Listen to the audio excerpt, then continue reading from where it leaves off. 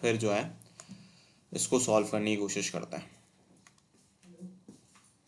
देखो 31 पे क्या कहा जा रहा है, a tree is broken by a wind. देखो एक ट्री था, तो ये एक ट्री है फॉर एग्जाम्पल। अगर हम इसको कंसीडर करें तो ये हमारे पास एक ट्री है, ट्री को एक वाइंड तोड़ देती है, makes an angle of 45 degree with the ground. A trees its upper part touches the ground at a 10 metre from the foot of the tree.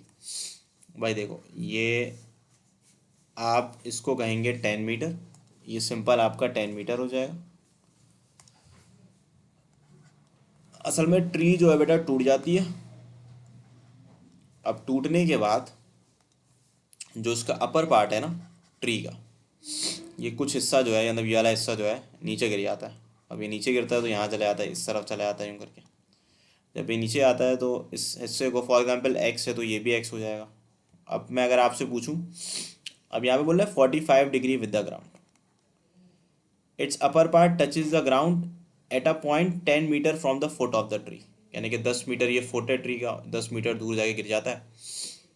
अब आपसे ये पूछा जा रहा है कि entire length of the tree कितनी है, कि भाई ट्री की एंटायर लेंथ क्या है। देखो यहाँ पे सिंपल सा 90 डिग्री बन रहा है। अब इसकी ट्रिक देखना ज़रा। अब पहली बात तो ये हो गई कि अगर ये 90 डिग्री है तो ये एंगल भी 45 ही होगा, सही है।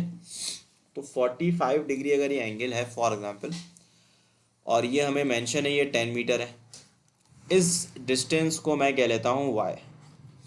तो हाइट किसके बराबर हो जाएगी, हाइट बराबर हो जाएगी बेटा x प्लस वाई के। ठीक है।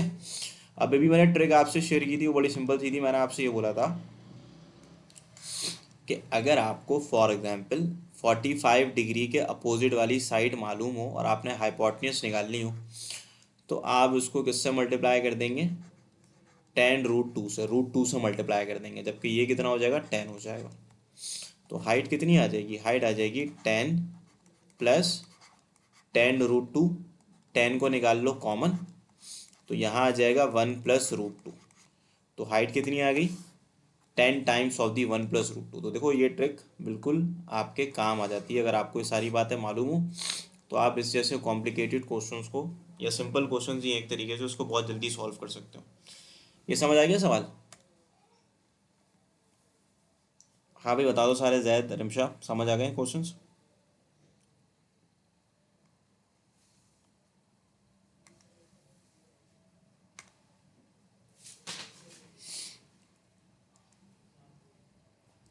ठीक है ठीक है। अब देखो, अब मैं अगर यहाँ से बात करता हूँ, if the length of the sides of a triangle are 3, 4 and 5 then are is equal to. देखो ये पहले रिपीटेड क्वेश्चन है, इसमें एरिया ऑफ ट्राइंगल जो है वो मैंने पहले भी बताया था, 3 × 4 डिवाइडेड बाई 2 होगा, तो 12/2 जो है वो 6 हो जाएगा। Capital R you can calculate it by using the formula ABC/4 delta ना। तो ABC की जगह लिख दोगे 3 × 4 × 5/4 डेल्टा, यानी कि 4 × 6 लिख दोगे। 4 से 4 कैंसिल, तो 5 3 ज़ा क्या होता है बताओ, 15। या सिंपल कर लो, 3 1 ज़ा 3 2 ज़ा, ये 2.5 हो जाएगा। तो 32 का आंसर जो है वो ऑप्शन डी आ जाएगा आपका जवाब। अब 31 तो मैंने करा दिया, 32 भी आपसे डिस्कस कर लिया। अब देखो 33 के बारे में बात करते हैं। 33 में बोला जा रहा है capital R is a circumradius या circumcircle of the triangle ABC, then area of triangle is its area then. तो भाई ये कैपिटल आर जो है वो ABC/4 डेल्टा के इक्वल होता है। अब आपसे यहाँ पूछे जा रहे हैं कि साइन ए किसके इक्वल है, अब ये सवाल है। अच्छा, अगर मैं फॉर एग्जांपल 24 का स्क्वायर करता हूँ, तो 24 का स्क्वायर होता है आपका 576, जबकि 18 का स्क्वायर होता है 324। तो अगर हम 576 और 324 को ऐड कर दें, तो ये 0 1 0 1, ये 900 हो जाएगा। यानी कि ये 30 के स्क्वायर के इक्वल हो जाएगा। तो सिंपल सी कहानी ये है कि इसके अंदर हमारे पास जो हाइपोटेन्यूस है वो 30 है, और इसको आप बिल्कुल इसको 18 कह लें, इसको 24 कह लें। अब एंगल ए बोला जा रहा है ना, ए, तो इसको हमने ए कहा है, ए 18 हो गया, ये बी हो गया, सही है। और ये हमारे पास सी परपेंडिकुलर हो गया, एंगल सी परपेंडिकुलर पूछा है, ए पूछा जा रहा है एंगल ए। तो अगर आप यहाँ से साइन एंगल ए निकालेंगे तो that must be equal to the side opposite to the angle A which is 24 over the hypotenuse which is 30। Perpendicular upon hypotenuse होता है ना, तो ये परपेंडिकुलर हो जाएगा और ये हाइपोटेन्यूज हो जाएगा। तो 24 को अगर आप 30 से डिवाइड करें तो हमारे पास क्या आंसर आएगा पता है? 3 के टेबल से इसको कैंसिल कर देते हैं।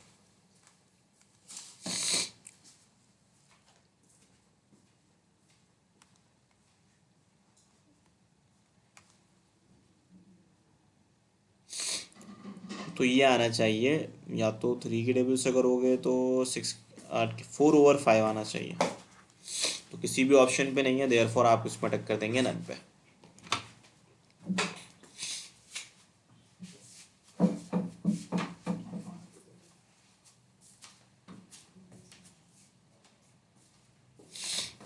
अच्छा ये 4/5, एक मिनट रुकना सारे, 30 का स्क्वायर अगर मैं आपसे पूछूं, साइन एंगल ए बोला जा रहा है ना, तो ए 18 हो जाएगा, बी 24 हो जाएगा, सी आपके पास 30 हो जाएगा।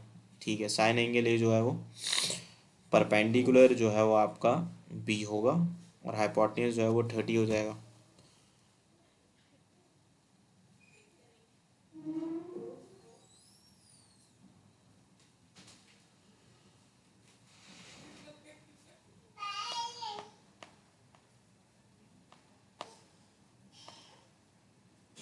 ठीक है, तो अब देखो 34 के ऑनवर्ड्स अगर मैं आपसे डिस्कस करूं तो हमारे पास क्या है, तवज्जो से सुनिएगा। 34 के बाद जो एमसीक्यू है वो है 35। अब 35 में आपसे बोला जा रहा है एरिया ऑफ ट्राइंगल कैलकुलेट करके बता दें। ए बी सी आपको मेंशन है कि ए बी सी है क्या। तो अगर हम फॉर एग्जांपल इसको सॉल्व करें तो इधर देखो अगेन आपके पास ये राइट एंगल ट्राइंगल, अभी मैंने प्रूव भी करा था ये, तो ये हो जाएगा हाफ बेस इनटू हाइट। तो 2 1 ज़ा 2 12 ज़ा 18 को आप 12 से मल्टीप्लाई कर लें तो 18 12 से क्या होगा 180, 180 में फर्दर आप लोग 36 को ऐड कर लें तो 216। 35 के बाद 36 आपसे क्या कहा जा रहा है, देखो 36 का प्रूव है बेटा, ये आपको याद करना होगा, that must be equal to the area of triangle. ठीक है, या इसमें तुम लोग वैल्यूज प्लेस करके भी देख लोगे ना तो यही आंसर बनेगा, लेकिन ये आपको प्रूफ याद होना चाहिए। 37 पे आपसे क्या कहा जा रहा है, the area of the triangle A B C where A B C आपको मेंशन है कि इसके इक्वल है। इस पर भी पाइथागोरस थ्योरम ओबे हो रहा है, पीजीटी बेटा लग रहा है, इसमें अप्लाई करके देख लेना।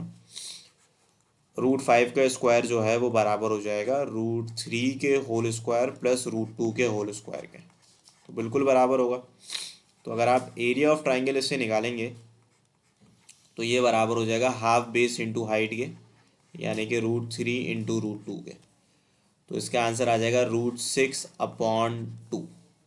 तो 36 का आंसर आ जाएगा, 37 का आ जाएगा ए।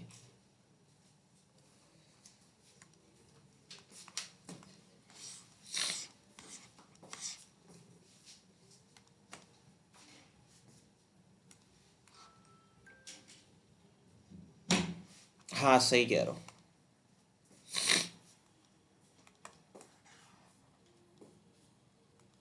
यहाँ पे ये ए हो जाएगा, माय मिस्टेक। तो यहाँ पे ये है कि साइन एंगल ए जो है वो ए के अपोजिट वाली साइड को आप मेंशन करेंगे। मतलब इस ट्राइंगल को मैं सही बना लेता हूँ पहले, यहाँ तक तो मैंने सही प्रूफ करा हुआ था कि ये राइट एंगल ट्राइंगल है ना। असल में आज मैं बेटा क्लास कंडक्ट किए जा रहा हूँ, तो ये हो जाएगा ए, ये हो जाएगा बी, हो जाएगा सी। अब ए के अपोजिट स्मॉल है सी, और ये हो जाएगा आपका, अच्छा सी 90 डिग्री है क्योंकि सी पे लार्जेस्ट साइड है, तो उसको आप कह लें बी। यहाँ आ जाएगा सी बेटा, यहाँ सी आ जाएगा, यहाँ पे बी आ जाएगा, ए बराबर हो जाएगा 18 के। ठीक है, बी हो जाएगा 24 के, ये एंगल ए हो जाएगा। तो साइन एंगल ए निकालोगे अगर, तो that must be equal to 18/30, यानी कि अगर इसको सॉल्व करेंगे तो that must be equal to 3/5, क्योंकि ए के अपोजिट स्मॉल ए आता है तो मैंने गलती से 24 लिख दिया था। तो ये है कि मसला नहीं है, सवाल का कॉन्सेप्ट आपको क्लियर हो गया होगा। अब देखो, ये मैंने आपको समझा दिया 37। 38 में आपसे क्या बोला जा रहा है, area of a triangle is 75 square metre and two of it sides are 20 and 15, then the included angle. ये खैर आसान सा सवाल है। यहाँ पे लिख दोगे area of triangle half A B, और यहाँ पे इंक्लूड एंगल कुछ भी लिख दो, क्या मैं लिख दो, मसला नहीं है, ए बी कह रहे हो तो यहाँ 75 लिख दो, हाफ रहेगा वैसे ही, ए की जगह 20, बी की जगह 15 लिख दोगे, सही है। अब ये हो जाएगा 2 1 ज़ा 2 10 ज़ा। तो अगर तुम लोग इसको डिवाइड करो साइन गैमा को, तो 75 को हम 150 से डिवाइड कर देंगे तो ये 1/2 हो जाएगा, और गैमा बन जाएगा साइन इनवर्स 1/2। अब देखो साइन इनवर्स 1/2 याद रखना किसके बराबर होता है, 30 डिग्री के बराबर होता है। देयरफॉर आप लोग 30 डिग्री में टिक कर देंगे। अब 39 पे आपसे सेमी पेरीमीटर पूछा जा रहा है। तो सेमी पेरीमीटर का फॉर्मूला आप सब जानते हैं, ये बराबर होता है a+b+c/2 के। तो ये हो जाएगा 8 + 24 + 30/2। तो 24 + 8 कितना होता है, 32। 32 + 30 62, 62/2 कितना होता है, 31। 31 को टिक कर दोगे। अब रही बात 40 की, तो भाई 40 पे ना एलसीएम ले लो पहले। मैं डायरेक्ट एलसीएम ले रहा हूँ, तो अगर आप एलसीएम लेंगे ये हो जाएगा a+b+c/ABC। अब a+b+c जो है मैं आपको बता दूं, वो बराबर होता है 2s के, ठीक है। या एक काम करो ना, ये इसके इक्वल होता है 1/2 RR के। वजह बड़ी सिंपल सी है कि अगर आप 1/2 RR को सॉल्व करें तो ये होगा area of triangle over S, और ये हो जाएगा ABC/4 डेल्टा। तो 2 1 ज़ा 2 2 ज़ा, तो ये लिखा हुआ है, और ट्राइंगल से ट्राइंगल कैंसिल, 2s/ABC। अब 2s आप सब जानते हैं किसके इक्वल होता है, a+b+c के। तो ये प्रूफ मुझे तो बाकायदा याद है, आप भी इसको जो पिछले वाले प्रूफ हैं आपकी बुक में उसको याद कर लें या लिख लें एक जगह, तो आपको बड़ी आसानी से ये MCQ सॉल्व हो जाएंगे। 41 पे आपसे कहा जा रहा है then alpha is equal to, alpha किसके इक्वल है। भाई देखो यहाँ पे आपको गिवन है ए निकालना है ना, तो यहाँ पे आपको ए गिवन है, ए गिवन नहीं है, बी गिवन है, सी गिवन है, जबकि 30 डिग्री है, एंगल सी गिवन है और ए आपने कैलकुलेट करना है। तो पहले एंगल बीटा निकाल लो, तो बीटा बराबर हो जाएगा 180 degree minus 120 degree plus 30 degree, यानी कि 30 डिग्री होगा। अब अगर आप इसको देखें, बीटा भी 30 डिग्री है, यानी कि बी भी 30 डिग्री है और एंगल ए भी 30 डिग्री है। तो इसकी मीनिंग ये होगी ए और बी बराबर होंगे, यानी कि ए और बी दोनों किसके बराबर होंगे, 2 के बराबर होंगे। अब दो एंगल सेम है तो इसमें लॉजिकली हम बात करें तो उसकी साइड्स भी बराबर ही होनी है, ठीक है।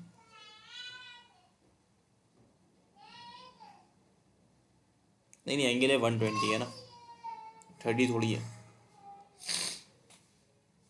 तो एंगल है अगर 120 डिग्री है तो बी हमने निकाल लिया 30 डिग्री हो गया। तो यहाँ पे हम यूज़ कर सकते हैं a/sin ए, और बेटा यहाँ कैलकुलेट करके लिख सकता हूँ b/sin बीटा।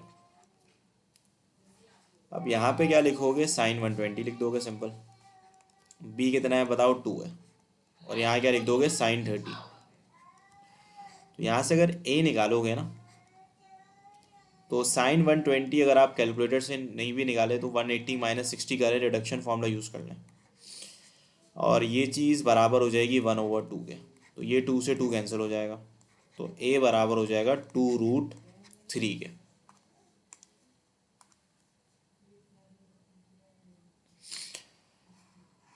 अब 41 के बाद अगर मैं आपसे 42 के बारे में बात करूं, अब देखो यहाँ पे लिखा हुआ है the measurement of the angle of depression of an airport is observed by a pilot with a flying height of 3000 metre is 30 degree, find how far is apparent. यानी कि सिंपल है, परपेंडिकुलर गिवन है, base पूछा जा रहा है, तो tan 30 degree will be equal to perpendicular which is equal to 3000, और बेस आपसे पूछी जा रही है, बेस को बी कह रहे हैं। तो बेस अगर आपने कैलकुलेट करना है तो 3000 को आप किससे डिवाइड कर देंगे, tan 30 से। तो अगर मैं tan 30 से डिवाइड करूँगा तो tan 30 इटसेल्फ किसके इक्वल है बेटा, वो बराबर है 1/√3 के। तो 42 का आंसर आपके पास क्या आ जाएगा, 42 का आंसर जो है वो हमारे पास 3000√3 हो जाएगा। That is your option B. 43 देखें, 43 पे स्मॉलेस्ट एंगल बोला जा रहा है, तो स्मॉलेस्ट एंगल यहाँ पे बीटा होगा। कैलकुलेशन के बारे में बात नहीं हो रही, बी स्मॉलेस्ट साइड है तो उसका स्मॉलेस्ट अपोजिट एंगल सबसे स्मॉलर होगा। In a triangle with right angle at B, right angle अगर बी पे है तो याद रखना बी हाइपोटेन्यूज होगा, तो बी स्क्वायर बराबर होगा ए स्क्वायर प्लस सी स्क्वायर के। तो 44 विल बिकम सी। अब हम डिस्कस करते हैं 41 में क्या कहा जा रहा है, विच वन इज ट्रू। ये कोसाइन लॉ है, तो कोसाइन लॉ पे हमेशा इंक्लूडेड एंगल होता है। तो 45 में जो सही फॉर्मूला लिखा हुआ है वो ऑप्शन डी है, यानी कि ए स्क्वायर बराबर है बी स्क्वायर प्लस सी स्क्वायर -2bc कॉल अल्फा के। ठीक है, तो ये देखो ये हमारा chapter number solution of triangle 13b बेटा ख़त्म होता है। अब 13 के बाद चलो टाइम है तो 14 भी डिस्कस कर लेते हैं। ठीक है, उसके एमसीक्यू ज़्यादा नहीं, वही 15 से 20 मिनट की कहानी है।